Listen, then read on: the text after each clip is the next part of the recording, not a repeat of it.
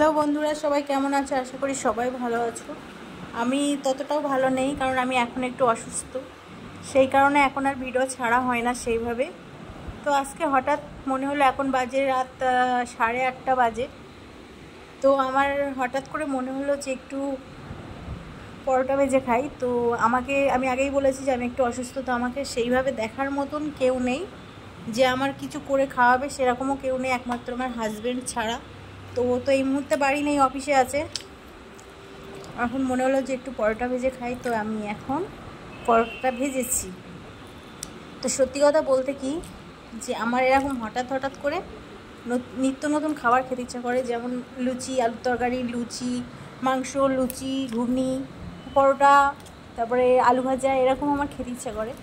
তো যখন নিজের খেতে ইচ্ছা করে আমি বসে থাকতে পারি না, আমি নিজেই করে খেয়ে নিই। তো এই মুহূর্তে আমার শরীরটা ভালো না, তো তবুও আস্তে আস্তে উঠে আমি পরোটাটা ভেজেছি। আর সত্যি কথা বলতে মানে কী বলবো, এত নরম হয়েছে পরোটাটা, খেতে এত সুস্বাদু। তো আপনাদের সঙ্গে কি বলবো এখন আর। তো কার কার এরকম আমার মতো হঠাৎ করে খেতে ইচ্ছা করে অবশ্যই কমেন্টে জানিও। ভালো থেকো, সুস্থ থেকো, নিজের খেয়াল রেখো।